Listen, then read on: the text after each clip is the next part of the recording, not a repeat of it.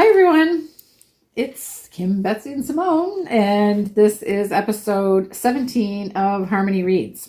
And we've been busy over the last couple weeks. We've got lots of books that we have to talk about, new books, old books, finishing up loose ends, whatever. Yes. And we record this podcast on the same day that we record the knitting podcast. And we've just had a marathon session, so you'll have to excuse us, but we're having a coffee because we talked a lot. And it's lunchtime. Yeah, it's actually, yes, lunchtime. We start in the morning and now it's lunchtime. So we have quite a few books to talk about, and we have a wide variety of subjects to go over. Oh, as always. Love it, love it, love as it. always. And I think I was just trying to think of where we should start, but you are just reading the Count of Monte Cristo. Just the one. Okay. Just the one. So I think that we'll save that we'll start with the Spoon Stealer. Sure. Then, because Wrap that one now up. the two of us have read it, and Right. now I've passed on my book to Simone, but you haven't started yet. I haven't started it yet. Yeah. Okay. So before I sort of wrap it up, I have to say that I finished it. I went to my local library and I asked her, can you just look up Lesley Crewe for me? See what, because why not ask the librarian instead of going looking for myself? So she did. And she's like, oh, yeah, we have several here. Which one would you like? And I just said, all of them. So I'm now on a wait list for anything that the PEI library system owns. Oh, okay. That's written by Lesley Crewe. So Good. all that to say, clearly I enjoyed her writing. Mm-hmm. The story wrapped up really well. It was one of those where it kind of wrapped up and I would have been completely satisfied had it just ended at that point, but then it kind of kept going. Yeah. And I was like, oh, okay, here we go. We're going on for some more. So we got a few more like wrap up tidbits and just kind of explanations to maybe some things that were left open-ended. I didn't think anything was really all that open-ended, but that was fine. So I think in the end, my greatest appreciation of the character was her generosity. Again, I don't want to give away too much, but just she comes to a point where she's ready to make some final life decisions, and around her possessions that she owns, some of them smaller, some of them larger, she just is very generous with that. And thoughtfully generous. Yes, that's what I was going to say. It's not the fact that she was just generous. No. It was that she picked out the generosity that was perfect for the person that was going to be the recipient. Suited to them. And there was at one point, she had actually made a decision to give quite a large gift to someone. And things shift and change for very practical reasons. And I appreciated that too, that she has wisdom with her generosity, if that makes sense. Yes, I would say that's a good description. Yeah, I appreciated her wise generosity because there's definitely times where sometimes you can give a gift that was intended as a gift, but it might actually be an overwhelming burden for someone if that's not right for them. So she really takes the time to think about what will help to bring healing to her family and what individual gift and what will mean the most to that, but not just her family, also her family in the greater sense of as she moves to England, who her family is expands. Right. And I also really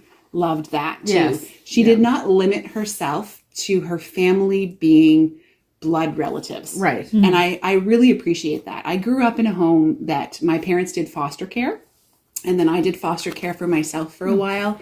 And my family was very good. I had an aunt who had lived internationally, and when she came back, she continued to have a lot of international friends who were new to Canada. And my family's always taken this idea, like at Christmas or Thanksgiving, it's never just blood relatives. Family is a much broader term for us, and I love that because it's about making everyone feel like they belong. And so her story is about her looking for belonging. And what I appreciate, she doesn't step out and start demanding things from others. Right. She steps out and she starts giving and giving of herself and sharing herself. And in turn, that develops the relationships that fills loneliness and isolation. So I loved that. She's not a saint. Oh, gosh, she doesn't no. like everybody. No. She still finds people that, not everybody is compatible with us or works. Yeah. But she is, you hit it Yeah. on the head. I think the nail on the That's head. what I liked about, what I really appreciate about her. Yeah. Yeah. So when she was lonely, first she finds her little friend and her canine friend, which is fabulous and fantastic. But she also clearly recognizes that even though for some that is enough, for her it's not. So she continues to look to her community. And I love the idea that she was like kind of signed up for this club, this writing club on a whim. Yeah. And that from that grows into something much more. You never know what's going to happen with the decisions that you make. Yeah. So that was a spoon stealer. So do you have the urge to steal any spoons? No. No. I'm over it now. But I do. I don't have the urge to steal them, but I do love tiny spoons. Mm-hmm. So I had an excuse back when I had infants and toddlers at my house. So I do own a set of fairly small spoons, which metal spoons maybe aren't really what you'd actually give babies. Anyway, I reach for those most often in my drawer, if it makes sense. Yeah. Ice cream or tea. Oh, yeah. Not soup. Nice. That would take too long. No. Cool. Yeah. So you're going to read more of Lesley Crewe. I'll read whatever I can get my hands on. So you had very much the same kind of feeling that I had. It was just a feel good. There was difficult parts of it. So it's not like she shies away from talking about difficult subjects, but it was actually something that in the end you felt I think a warm feeling from. And I can't discount how cool it is to see writing at this level, but they're talking about places that we live, where we live and where we've been. And you can recognize all of if you've traveled all around the Maritimes, you can recognize all of the places. And I've started another book of hers. I was going to say, I think you have, and I just peeked at the back cover. Yeah. I really think if I keep reading these, there already was a desire, but there is definitely a Cape Breton trip in my future sometime soon. You have to go to Cape Breton. Yeah. So before I talk about that, then do you want to talk about the Count of Monte Cristo, how it's going with that? Okay. I am cruising right along with it. And I love this book so much already. Oh, okay. So you're still loving it. Yes. Yeah, I'm really, really enjoying it. And I like the little inklings of things to come that are kind of sprinkled through the book like breadcrumbs. So you know what's happening. Right. But he just arrived in Paris and he's being introduced into Paris society right now. Mm-hmm. And the love of his life, Mercedes, he meets her and her husband and son. And I think she recognizes him, but he is disguised and he's going by a different name. And there's a lot of... certainly would question herself. Yeah, so I hit the part where, he's just left from visiting with them because he actually So he's not in prison anymore then? No. Okay. He saved their son from bandits in Italy. And then he was introduced to Paris society because he said that he'd never been to Paris and wanted to come. So he meets, like I said, Mercedes, his long lost love. And I think she recognizes him because she has to take out the smelling salts. And she's swooning in the parlor and things like that. So it's interesting. It's a rollicking good time. It is. Yeah. So were you meaning that the author has shared information that you know, but the characters don't know? Yeah. Yes, I do love that. So when like you feel like you're more it's like, in the know. I know more than you do. Yes. I love that. I was surprised that, because the writer is Alexandre Dumas. Yeah. That there was somebody else that was writing, a ghostwriter for that book. Did you know that? No. No, because when I was doing the credits or the show notes from the last episode, I actually looked up, I just put in the Count of Monte Cristo because I wanted to make sure I had the spelling correct. Mm-hmm. And two names were on the thing. And I was like, what's this? Yeah.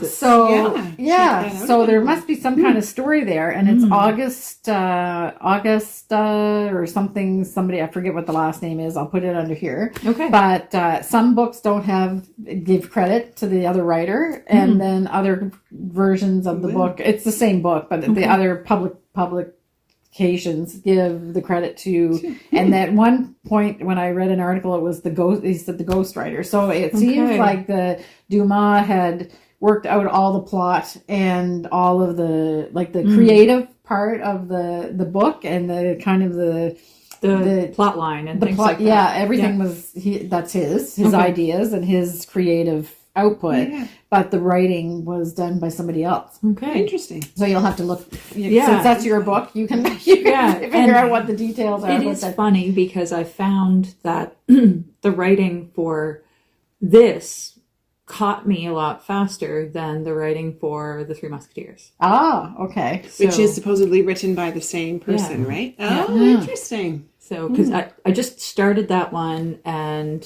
got distracted and didn't finish it. So it's one that I'm going to have to go back to. Because then there's also The Man in the Iron Mask, right? Right. Yeah. Yes. Okay. So you felt a little bit of a different flavor? I did, but okay. I thought maybe it was just like this was one where he really hit a good stride. one. Yeah. Interesting. So it might be something. So you can check that out. I'm going to. Yeah. I was already down a thing. Oh, so I really? was like, yeah. You also have to tell us your disappointment story, just your mail delivery. Oh, yeah. I've been reading my version on the Kindle app because I wanted to start reading right away. I don't like not having a book. And while I occasionally use Kindle, it's not my favorite. I actually prefer to have like a solid book in my hand. Anyway, I ordered a book online and I was very excited. And I told Betsy, it's arriving today. And I got home and I looked at it on the table and I went, Doesn't look like enough. Something's not right here because the package is like this. Oh. So I opened it up and it says abridged. Oh, no. So that got donated to the library. And I kind of feel shady about even donating that because it's like you're not getting the whole story. Oh, no. But somebody out there might like abridged versions. Maybe a It's not younger me. reader Yeah. will grab it and get a taste for more. Yeah. But it's funny because when I was putting it on the bookshelf, because in our local library, there's like a little books for sale shelf. So you can set books in there and people can take books and there's a little donation box. So I put this one in there and I got looking and I found James A. Michener, Mexico, and it's in hard copy. Oh. And one of the Anne books by Lucy Maud Montgomery. So I put some money in the can and I took those two books home with me. Oh, nice. And you have the right one on order. Yes. So So you're still not reading knock on wood, it should be arriving today. We'll see. Oh, okay. So you're still, I'm so that's still why you're reading. on your Kindle. Yeah. Okay. And then somebody said, I was telling Simone this morning that I read one of the comments from somebody that commented on the last episode that they got the audiobook and it's 47 hours long. I love audiobooks that long. Yeah. So that's a commitment. Yeah, it is. So I wonder who's narrating it.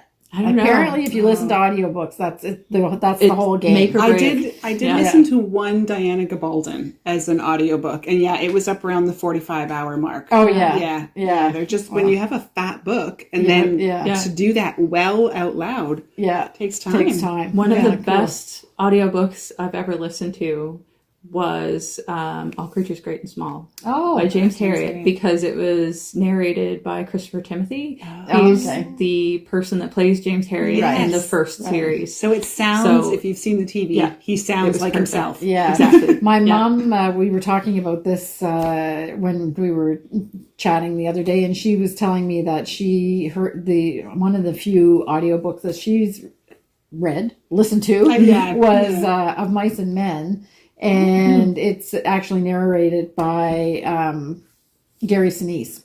And in the back, he's the actor that was in the movie with John Malkovich. And he also was in Forrest Gump. Oh, okay. He was the Captain. Oh, yes. Captain Dan. So he narrates it. But Mom said that they actually, even in the background, have the sounds of crickets and the things He's like got that. a great voice.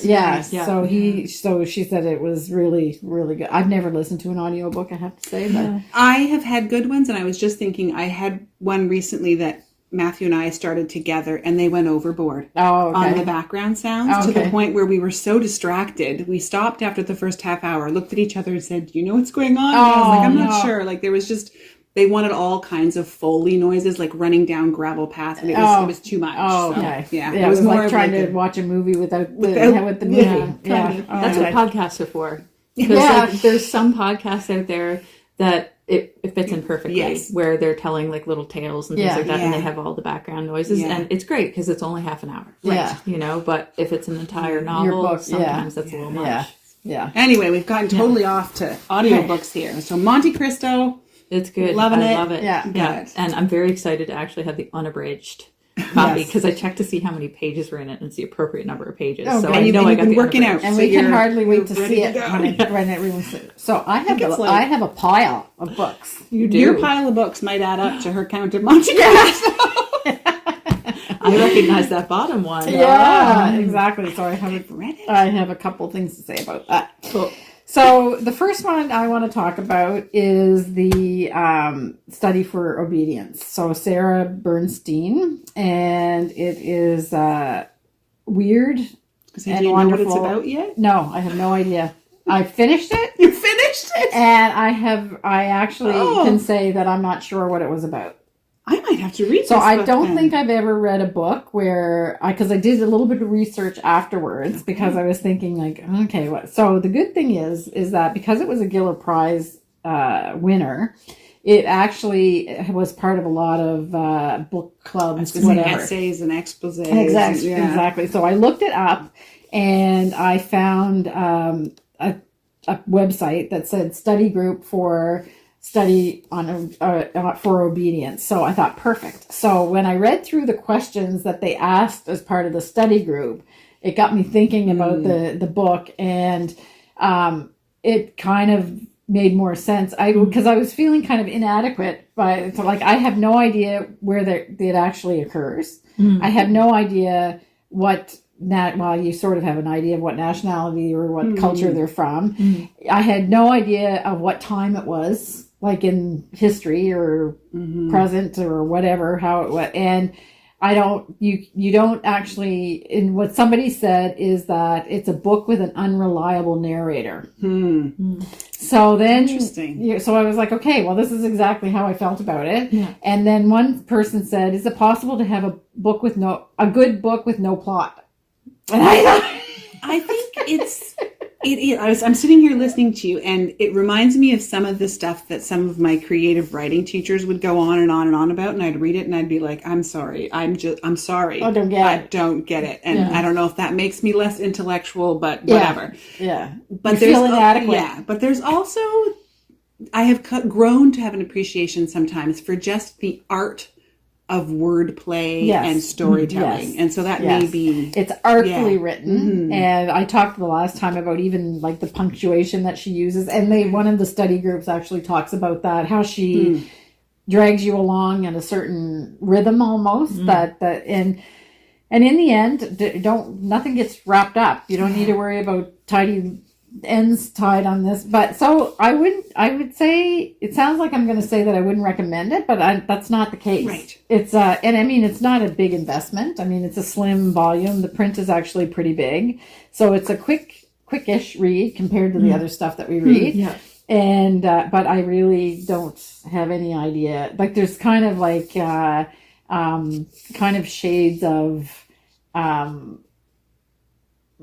I don't want to say, I was going to say occult, but it's not occult. It's not really just like kind of, it's an interesting book. Okay. So it's like food for thought. And I like sometimes with these, I actually sometimes appreciate the discussion that comes out of this style of writing more than the book itself. Yes. Because I sometimes picture the author sitting like at home, hearing all the discussion and kind of snickering to themselves as these people What a success. Yeah, as these people try to make this really big philosophical ideas out of their books, and they're like, It's just a story. I got them. Yeah.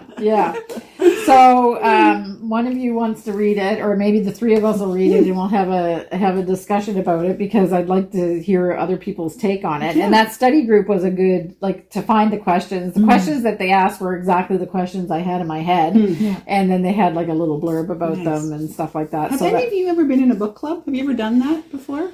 I've been in some failed book clubs. Oh, okay. I did a book club once. Okay. Yeah. I've never tried that. It was just for one. It was like a study group for one book. So, yeah, it's interesting. There was one online that I was doing for a while. It was through Goodreads. Okay. And what was it? Old Books, New Readers. Okay. So each month they would pick a different classic novel to work your way through. And Okay. sometimes I would do it and sometimes I wouldn't. And then did you meet like No, it was collectively? just people would discuss online. Okay. And that was kind of neat because the ones in real life that I attempted to go to, the people didn't actually read the books. Oh, that would be, So no, that doesn't it was work like- for me. No. Okay. Yeah, it No. just didn't work. Yeah. Because I feel like, you get the right combination of people. You would have the potential for some really good discussion. The one I did, it was good. Yeah. It was really good. We finished everybody was reading at the same pace because there was, and then there was like organized questions to go with the book, and so we had like all kinds of it, and it was it opened everybody up to be like there was a lot of things, so to the point where we were starting saying what said at book club stays at book club. You get to really It's know kinda the like people. midnight. Yeah, well, you kind of got to really know the people that were Right, there, yeah. part of it. Right. So anyway, it was a good experience for me. So it was Like, when we first yeah. moved here. Actually, Oh, cool. somebody came down and invited us. So I was going to say, I've definitely done like sort of church group that it's a very specific, maybe a biblical study of yeah. some sort, but I've never done like a novel. So Yeah. I don't know. Be Yeah. interesting. And like you said, those discussions definitely open up some, Yeah. sometimes there's personal sharing that happens. So you Yeah. have to have respect for one another. Yeah. But I've never done it with not since like Yeah. grade school where they're like, okay, get in your reading groups. yeah, right. Yeah. Anyway, Okay, There's so some that's value.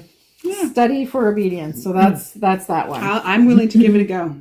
Yeah. Oh, yeah. Okay, Right here, right now. You'll still be doing Monte Cristo. Okay. And, Although I'm 40% through it. So oh, that's- really? Yeah. Oh, wow. your book Okay, has, fast. okay. Hopefully today you go home and there's that beautiful package. Yeah. Yeah. Oh, you can hardly wait to see it, actually. This is a fat one. Yeah. Okay. So then the next book I read is Recipe for a Good Life. Oh, you're which through is- it. I finished it. Oh. Yeah, it's never. I mean, I'm about as fast a reader as I am knitter. So, but I finished this one as well. Nice. So, book Lesley Crewe #2.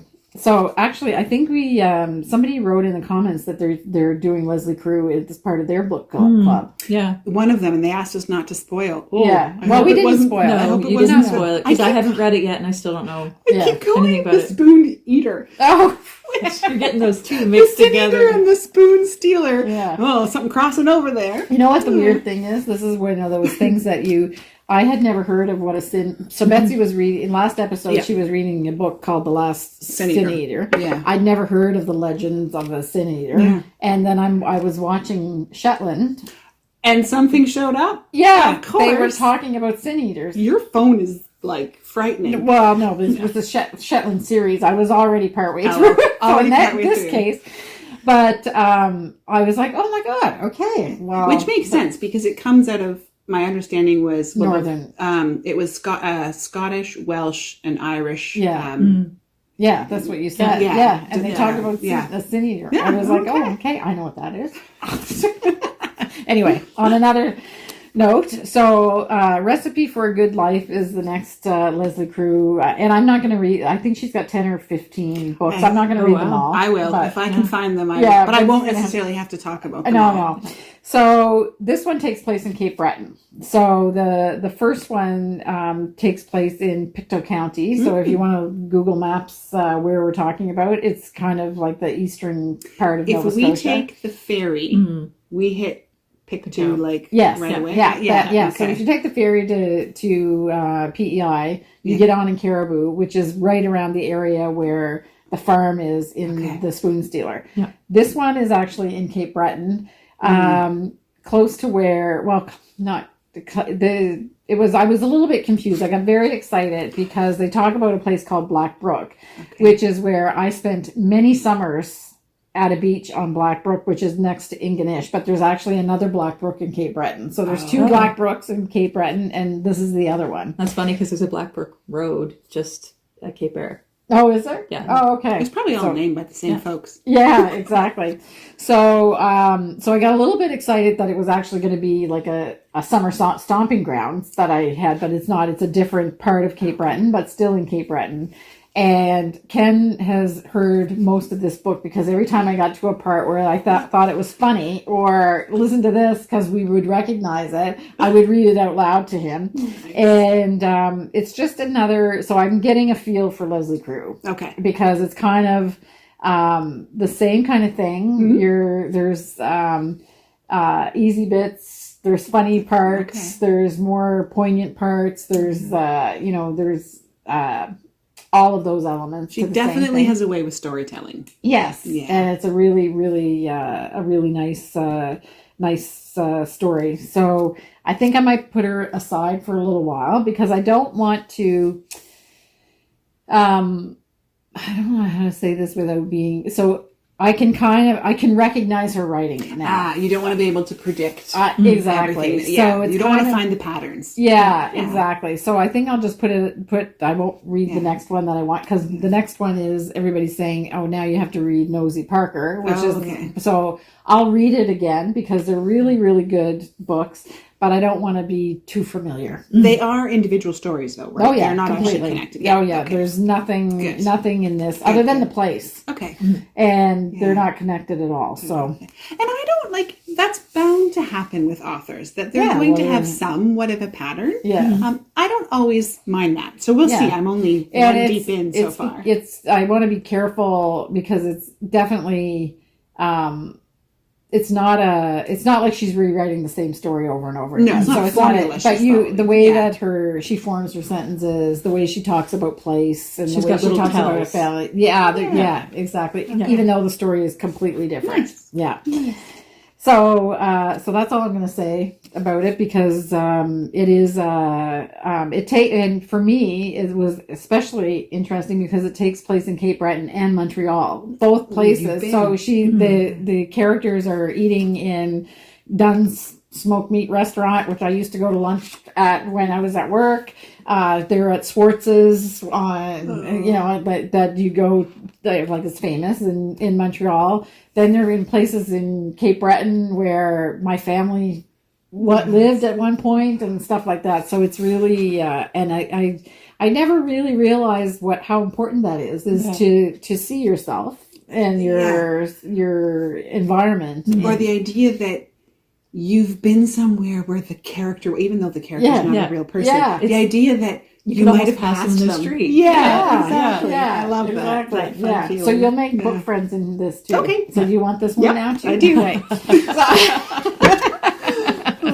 Although I might, I'll have to do some other reading so we're not sharing the same things over and over. Yeah. So do you want to talk about the Mist of Avalon? Oh, yeah. I don't have a whole lot to share. I know some of you, it is clearly a book that you hold dear and you've loved it.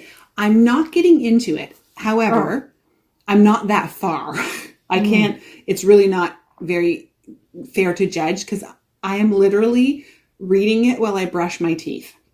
And although I'm a hygienic person, I don't brush my teeth that many times a day or that long. Okay. So to help me brush my teeth long enough, I make sure I sit down and read something so that I don't think of it because I get really bored brushing my teeth.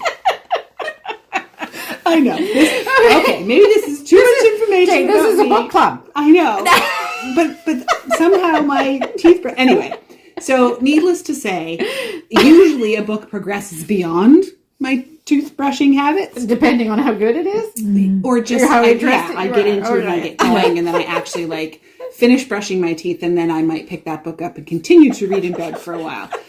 I have not done that with this one so far. And I think it's just, again, it's the continued, we're still laying the landscape. Mm-hmm. I'm still meeting all the characters. I'm still trying to figure out how to pronounce their names, what's going on in this world that we've entered.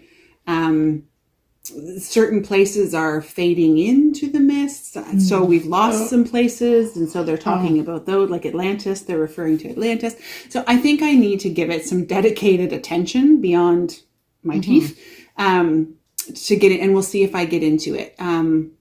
Sometimes books just don't catch everyone's attention. Yeah, well, that's it. That's why there's so many different genres. And, exactly. Yeah. Now, I've had this happen before, and then I get into a book, and all of a sudden I can't put it down. So maybe that will happen. So, So it's not, I have nothing against it. It simply hasn't grabbed me yet. Yeah. So, yeah. So we'll see. And you don't have any other books to talk about. You were doing some other books but you haven't finished those. Yeah. So, okay. So I was going to say, I know what else happened. Do you want me to share that one and then you can finish with this one? Okay. So what else happened is my husband ordered some stuff from the library and it came in. So when it comes in on hold, you have to go get it or it'll disappear. Okay. So I went and grabbed this book and we picked it up and I looked at it and I looked at him and I was like, are you going to read this?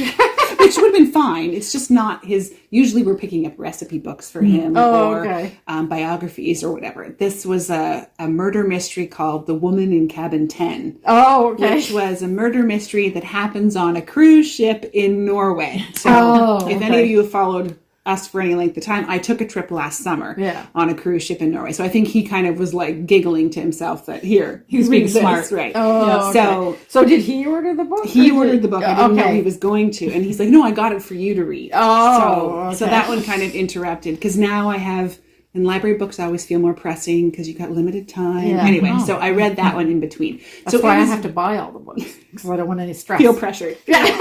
But I wasn't pressured. Not really. It was a quick and easy crime mystery. It was fun to read because at one point she is off the boat and being pursued and she's talking about the landscape she's running through. And I can completely picture exactly what she's talking about. And that felt, like you were saying, that felt really cool. You have another connection. Yes. You're like, I've been there. Yeah. So, cool. Yeah. So that was fun. It's kind of like Ken and I always make a joke about this because when I worked in the corporate world, I traveled quite a lot. And every time some place that came up on TV that I'd been to, I said, I've been there. I've been there. I've been there. And and he goes, yes, I know. You've been there. It's funny how, as we get older and have more life experience, that flips, right? Because when I was younger, I read so much about Europe and loved the idea of Europe and these places, but I'd never been. I hadn't traveled. I didn't travel till I was an adult. It wasn't something my family did. So now I'm finding myself on the other end where we get to a place that I've never been, but I've read lots about it. And so that's, I think that's a fun way to enjoy life too. Yeah. Okay. So when I went to get my Study for Obedience and I actually went to get another Lesley Crewe book to the bookstore and then found Study for Obedience. And then they also had the third part of the trilogy with Ken Follett of Pillars of the Earth, World Without End, and now this is A Column of Fire. Oh, I can't even remember if I've read this. You start talking. Pretty nitty gritty into. I'll see if I. So they're all this big. So it's not the fact that the book is long, and I'm so there's 900 pages, and I'm at a page 109 on page 119. So I'm pretty far in it. I don't know.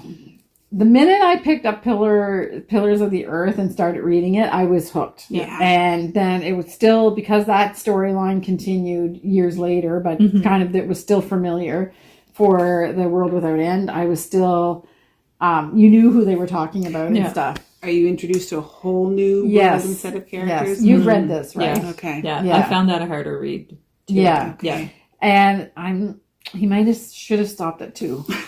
Maybe. He might have, should have, would have, could have. Yeah. I found in this one, he really gets into the Catholic versus Protestantism, and it gets a little hard in the head. Yeah. Yeah. Which it's historically, I mean, he actually has a section in the back of the book where he says real people that are mentioned in the book. So he's actually bringing in real history, which was probably pretty hard on the head. Yeah. Really. Yes. And I mean, And, like, that the sounds crass the way Inquisition- I said it, but I mean, it does, it's a lot to wade through. Yeah. You know? Yeah. Trying to keep the politics straight is a little bit more challenging in this one. I mean, in the other two, it was just like the Wild West. Yeah. Everything. There was no politics because everybody was just, medieval, or not even medieval. I don't know whether, in 1100s or something like that. So, and this is more, it's like It's a political. more political. Yeah, it's more like a political novel. I'm actually sitting here, like, there's tons of thoughts running through my head, but every thought that goes through, I'm like, no, can of worms. No, can of worms. We Yeah. know where Yeah, and that's why I was hesitant to say anything because it is a can of worms. Because and I'm not historically- insulting anybody. No. You know, No, it so is. And Yeah. sorry. it's the language of the book. It's the story of the book. It's difficult. You know what Yeah. I mean? The times were difficult, and the context of the book is difficult. It's difficult. Yeah. Okay. Yeah. So not the kind of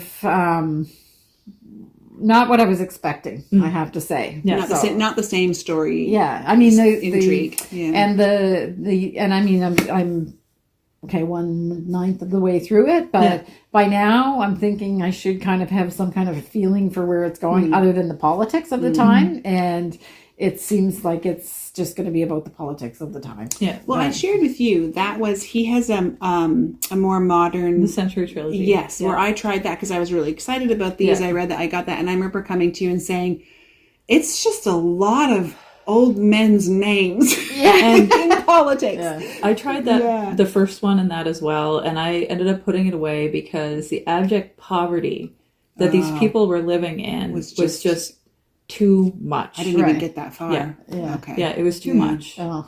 Like yeah. sending little children down into mines is not my idea of entertainment in novels. Yeah. So Yeah. yeah, Yeah, and I think this maybe like it just is. I mean, you have to give him his props. Like he's like very well researched, and it's not that the writing is bad or whatever. It's just not as. It's not as. it's heavy subject matter. Yeah. Yeah. Whereas the other stuff was so far removed from our everyday lives that it was just so far More removed that it was entertainment. more entertainment. Yeah. Whereas Yeah. this is not so much. Okay. And you get Yeah. the, like in the previous ones, there was like the woolen mill and how they process the wool and Yeah. things like that. Yeah. So that was interesting too. Yeah. Because you're picturing in your head, you know, how these villages are laid out Yeah, and, you know, how exactly. people went about their days. Yeah. And then this one is more, you know, these people are really, really poor. These people are really rich and Yeah. they're the butting difference. heads. Yeah. And I remember you also got into the architectural Yeah. study of cathedrals, which really Well, blew it was you really, in. it was Yeah. interesting. Yeah. So something completely that I didn't So maybe know the anything about. subject matter is just not. Yeah. I think because this is what I do, I'll continue to read it. Like it's not, I'm making like it's a progress on it, and it's not that it's that difficult to read. It's just that it's like technically difficult to read. It's not difficult to read that way, but it's just like, I don't know. It's one thing. Like the other novels, they were early enough in time. Like, I think the second one is 1200 and something, yeah, and then pretty- the first There's one a was big jump. 1100. Yeah. There was 100 years difference. But at that point, you were just beyond the survival of the fittest kind of thing, and everybody was sort of, even though there was a hierarchy, everybody was more even. Yeah. Like It was still just more like monarchy was rich or yeah, even- but there wasn't even really. It was like priories were the center of the. But everybody was like sort of on the, and there was rich people and poor people. But they were on more of an even keel. You could move up. Yeah. And you could. There was hope. Yeah, there was. Yeah, I think so. And the skills were very much. If you were a skilled crafts person, then you could rise up above your station if you want or whatever. But it was more like that. Whereas this clearly is not that. Yeah. the corruption maybe has the corruption entered. No, more, it's just or the prejudice against people Oh. that are different. And Yeah. was it Bishop Waleran in yes, the very first one? You don't get much more corrupt than he is. Yeah, You know that's what I mean? true. Like, Okay. He was capital corruption. Yeah. Yeah. So it's not that. It's just that it's kind of like, I don't know. It's not. It might be a little too close to some of the politics of today. Like I know for sure we're gonna, well, you can tell me if I'm right or not, but we're gonna get into the Spanish Inquisition. We're gonna because they're in Spain and they're in France and then they're in England and then it's like the whole, and it just, I don't know. We'll see I'll read a little bit more and see. I probably won't abandon it because now I've got 2 books done and I'm, 10% of the way through this the one. finisher in you says almost there. Yeah, almost there. And but it's not going to be one that I'm going to sit here and rave about. No. That's what I think. And I think the writing is a little bit changed from his previous. well, I don't know. I don't like the feeling that I'm on page 100 and I can kind of imagine how it's going to end. Like it's a little bit predictable, but maybe I'm miscalculating. Yeah. I won't know until I read it. I was going to say,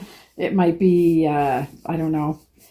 I think maybe it's because it's too close to history that it can kind of only go in one direction. And you already know that. Do you know what I mean? Well, yeah, if you're actually staying true to history, you know where it's going. Yeah, Okay, exactly. yeah, Whereas before, when it was in I mean, it definitely wasn't prehistory, but before you didn't really know like what was going to happen in the end with the characters. But in this one, obviously everybody's story would be individual, but he's talking about historical things that are well known. Yes, because they're known events, known people.